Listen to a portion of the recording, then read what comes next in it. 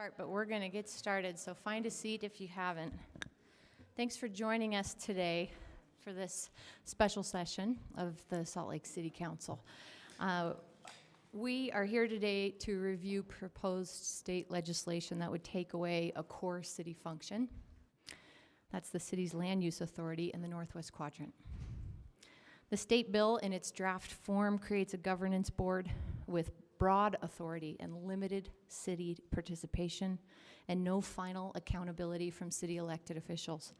This means the officials our city residents have elected to represent them will not have any final say on critical land use decisions for more than 24,000 acres of Salt Lake City property.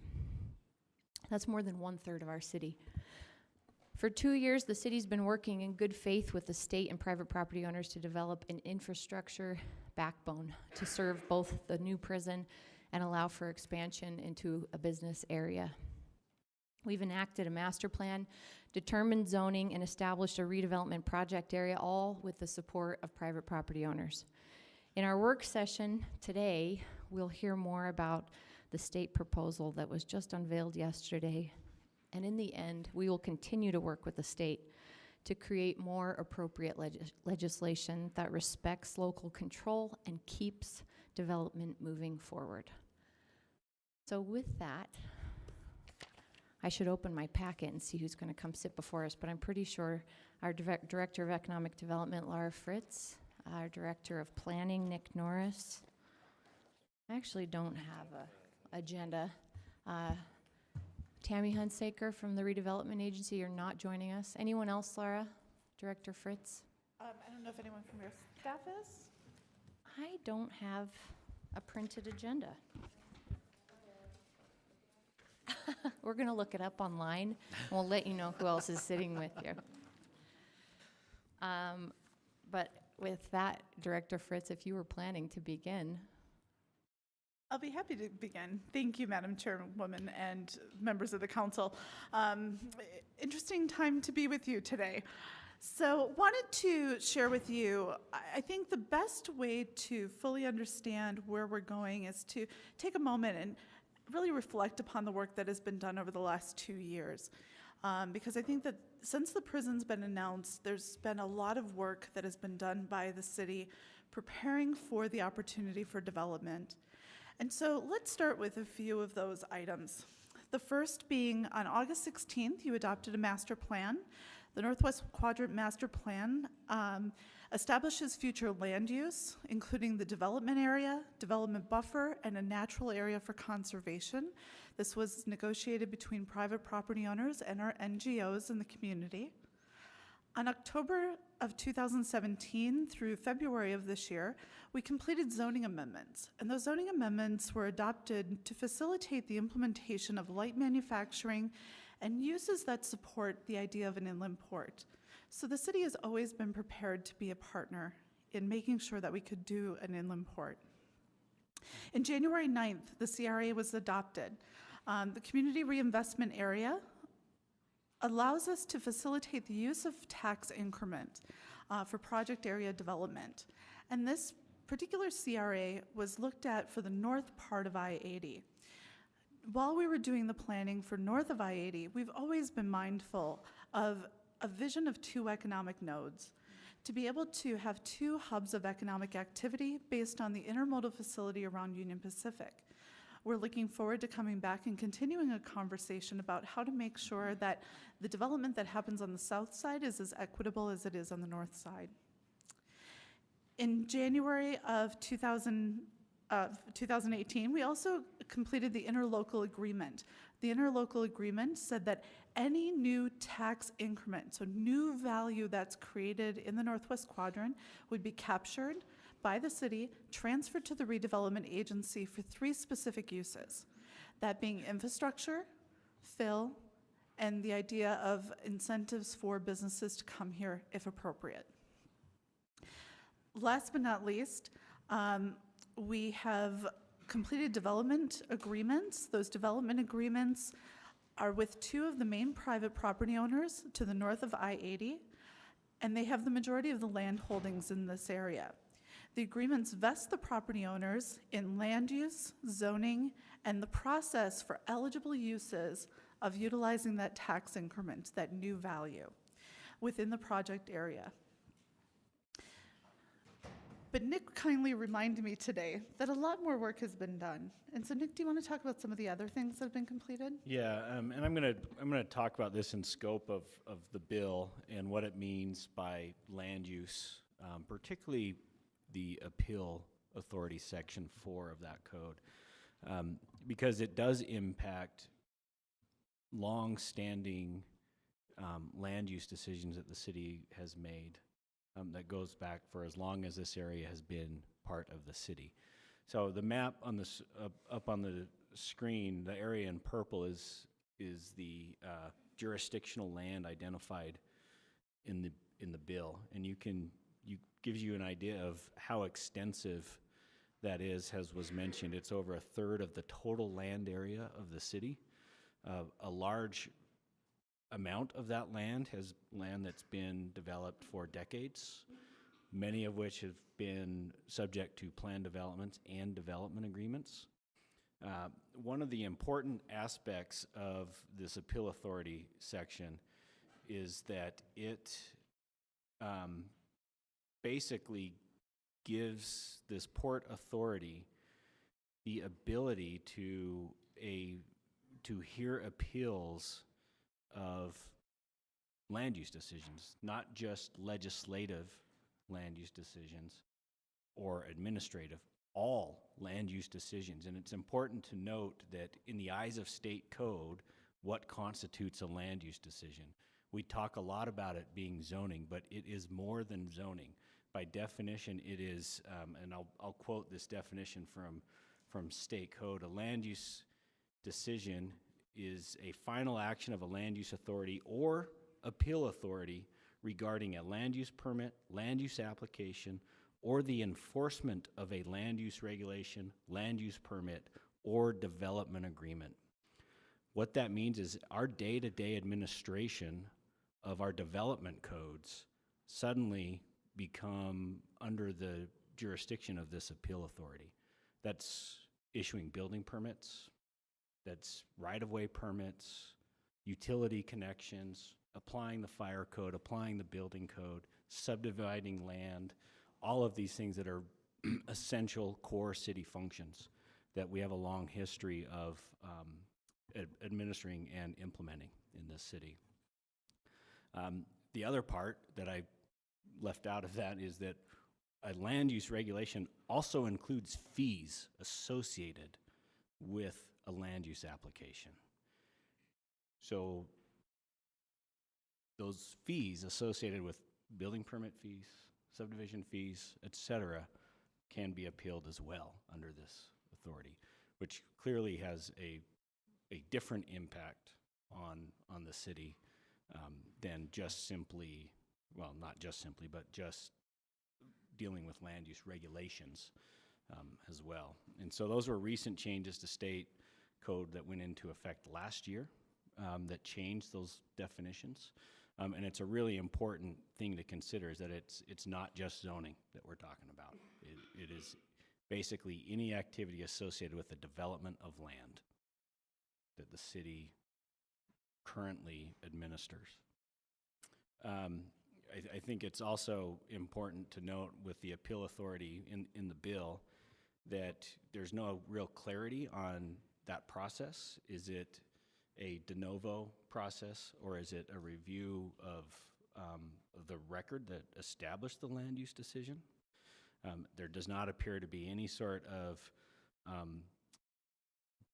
public process in terms of transparency, even requiring public meetings or anything else. Under the LUDMA section of state code, the appeal authority requires those types of things, and it's well established in state law, and as a city we have followed that extensively for as long as I've been involved with planning in the city. So those are important aspects to also consider with that. And do you want to talk about some of the other issues? Sure. So the Senate Bill 234, which calls for an inland port authority, outlines a governance structure. And that governance structure creates what is known as an inland port authority to oversee an inland port area. The inland port area encompasses, as Council Chairman Mendenhall so astutely shared, 1/3 of the city's total land area. And so if you think about a downtown block in Salt Lake City being 10 acres, this is 24,000 acres. So hopefully that gives you some idea. You can see it on a map, but when you think about one block downtown being 10 acres and this being 24,000, that's pretty impactful. The authority would be a separate political subdivision with a 9-member governing board.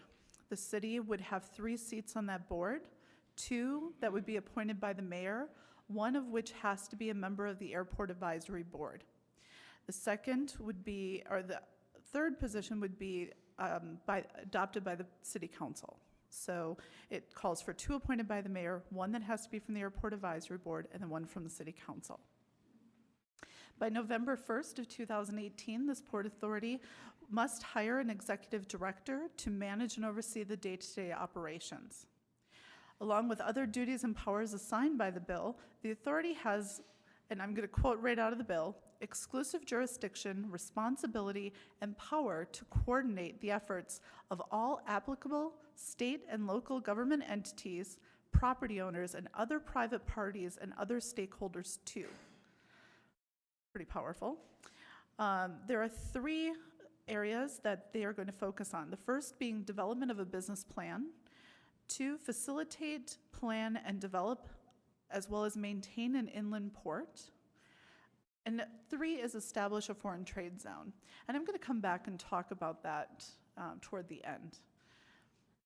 So clearly our biggest concern in the bill really relates back to land use. And so I'm going to throw it back to Nick to talk in a little bit more detail about some of our concerns around land use.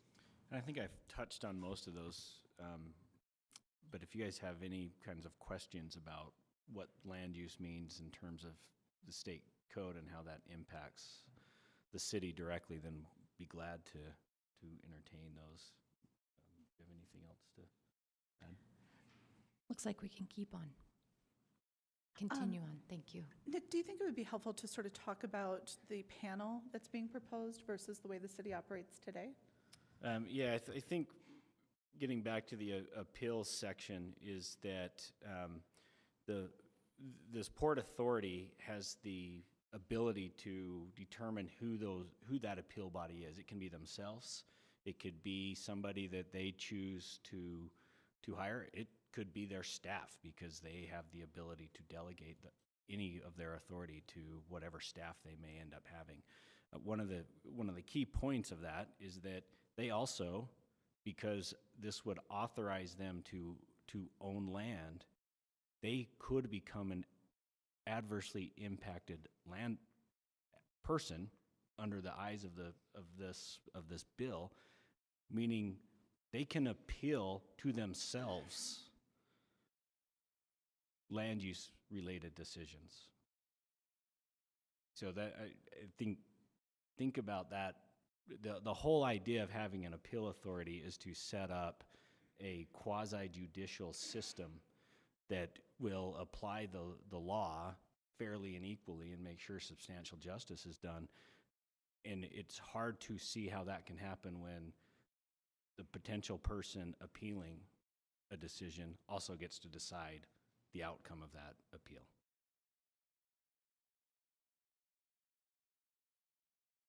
But beyond land use, there's also provisions for economic development and tax increment within the bill. And the first of those, there's really 5 key points. The first being, it acknowledges the existing CRA, the Community Reinvestment Area that was adopted by the City Council and the RDA Board. So it does acknowledge that the city still has its CRA, but it mandates that the CRA, including the existing one, allocate 5% of collected increment and provide it to the authority. This has the potential of impacting the city and the RDA's contractual obligations contained within the development agreements with the private property owners that we have already adopted. Instead of working with an annual budget of 100% of the tax increment, the RDA would be working with approximately 65% after the 5% administrative, housing, and shared costs. This 5% provided to the authority is also not subject to accountability to the voters of the city. And that we think is really important to note, because now any tax increment expenditures are determined by the board of directors, which are city council elected officials. Laura, can I ask you a question in there? Yes. And just for the clarity with everyone in the room, I think not just myself, that 5% of tax increment that the body would be taking off the top, Correct. any other tax increment use is highly regulated by the state, correct? Correct. The RDA, and acting as the board of the RDA, we can only make certain financial decisions of how to use the tax increment based on the state's laws. But you're saying that that tax increment taken by the state for the body being created would not be subject to their own laws around tax increment spending. Correct. That's our interpretation. Thank you. The bill also provides that the authority funds may be used for consulting fees, staff salaries, and other administrative overhead, legal, and operating expenses. The city has already accounted for that as part of the administration of 10% of the CRA. So this is almost a duplication of that funding. We also know that the use of increment is allowed to be broader than under current RDA statute. And Chairwoman Mendenhall, this goes back to what you were just saying, which is it is above and beyond what is currently mandated by state code. So for example, we cannot currently use increment for ongoing operations. This particular body politic could. It provides that if tax increment funds are used outside of the project area, approval is required by the Salt Lake City Council, RDA board, and the authority. So funds may be used outside of a project area if the use of funds directly benefit the project area and the project is publicly owned infrastructure. However, the bill would add the authority as part of the approval. So not only would they have to have City Council and RDA board approval, but then you'd also have to have this new entity approving use of tax increment funds. It provides for the establishment of a foreign trade zone, which we found a little surprising because the city already has a foreign trade zone. And that foreign trade zone is currently established and has additional capacity. We checked with the U.S. Department of Commerce, and they do not approve overlapping of foreign trade zones unless it is determined that the existing zone will not adequately serve the convenience of commerce. Seeing that this current zone has additional capacity, we believe that this would not be approved. A second foreign trade zone would not be approved. So those are the sort of basics of what is in the bill, and Nick and I are prepared to answer any questions that you may have. Council members? Councilmember Johnston, please go ahead. Thank you very much for the update. I have a more technical question that you may or may not have the numbers for at this point. Do we have any sense about A, how many businesses are currently in what's proposed here, existing, or B, how many private landowners are in this 22,000 acres? Excuse me, 24,000 acres. We can get that information, but I don't have it readily available. No? We just calculated the acreage, but we can go back and get that information and share it with the council. I remember just in normal operations of my district, which is south of I-80, we had, I want to say it was north of 5,000 businesses existing right now. But I want to double check that number because the more private landowners, the more complicated it gets, I guess. Okay, thanks. Anything else, council members? I have a question to take you back, Nick. I probably should have interjected when you were talking about the lack of clarity in the draft bill around the appeal process that it seems that it seeks to establish. And I wondered if you could give us a scenario under the broad state land use definition of how, if yesterday, without the draft bill, applicant going through some application process with the city would be able to appeal and what that process Sure. might look like, and then compare it to the changes that this is looking to. Yeah, so right now, any sort of administrative land use decision that's made in the city can be appealed. And it's appealed, we have 3 independent hearing officers that have a legal background, particularly in land use. And they basically look at, if it's a decision of a commission, they look at that record that was part of that decision-making process. That includes public hearings, any sort of documentation that was submitted, the minutes of the meetings, all of that stuff is part of the record. And they look at that record to, one, verify that the commission didn't act illegally and that they applied the adopted standards of the city appropriately. They have 3 basically actions that they can take. They can uphold a decision. They can send the decision back to that commission if they think that the record didn't support it. And so they gives them basically a chance to clarify the basis for their decision. And they do have the authority to overturn a commission decision if they felt that the commission just simply didn't apply the standards correctly and that there's evidence in the record to indicate otherwise. And so for the commission decisions, there's that. Appeals of, Let me pause you there. okay, With the commission decisions, I'm thinking of one that happened in the 9th and 9th area recently, where the neighborhood didn't like the appellate decision, and they had recourse through district court. Am I correct in that path? So that yes. if, even if the community is following along, they aren't the applicant, but they are concerned about the decisions made at the commission level and perhaps at the appellate level, there is still a judiciary path, a public path that can be taken. That's correct. So any decision made by the hearing officer can be appealed to district court. And so there is that avenue. The process is very similar when it's a staff level decision. We make administrative decisions, dozens of them every single day when we're reviewing building permits, checking zoning, doing all of those kinds of things. Those are also subject to appeal. And so when those are appealed, they go to the appeal hearing officer. There's actually a public hearing so that public can weigh in on it. And then the process is very similar to what it is with the commission. Same, the hearing officer's decisions can also be of staff level administrative decisions can also be appealed to court. So there's a well-defined avenue for justice. Versus in this proposed bill, most of that is absent. There's no reference to the appeal process that's established under the State Land Use Management Act. There's no sort of indication of what happens with the record. What's the city's role, who may have made that administrative land use decision? What's their role in that? Are we required to give them the information?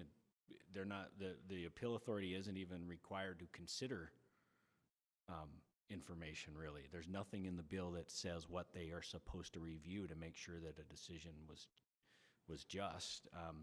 What it does say is that it refers to that if a decision was detrimental to achieving or implementing the strategies, policies, or objectives stated in 1158-203, which are those strategies, policies, and objectives of the Inland Port Authority. So that's their standard. That's what they get to decide on.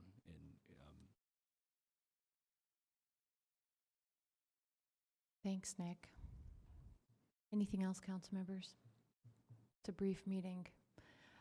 Laura and Nick, we appreciate your time, and all the team behind you and in your offices who have been combing with their fine-tooth comb through this bill over the last 24 hours. I know our work isn't done, and it's important to me that this body hear the information together, that we hear this in a public setting, and that we, as we look at all of our options going forward, we do this together. So if there's nothing else from other council members, we will, Madam Chair, yes. I move that the Salt Lake City Council enter into a closed meeting for attorney-client matters that are privileged pursuant to Utah Code 78B-1-137. I'll roll call this. I have a motion by Councilmember Luke, a second by Councilmember Rogers. Councilmember Rogers? Yes. Luke? Fowler? Yes. Kitchen? Johnston? Yes. And I'm a yes. With that, we are resigned, and if you aren't invited to the closed session, you may be excused. Thank you very much.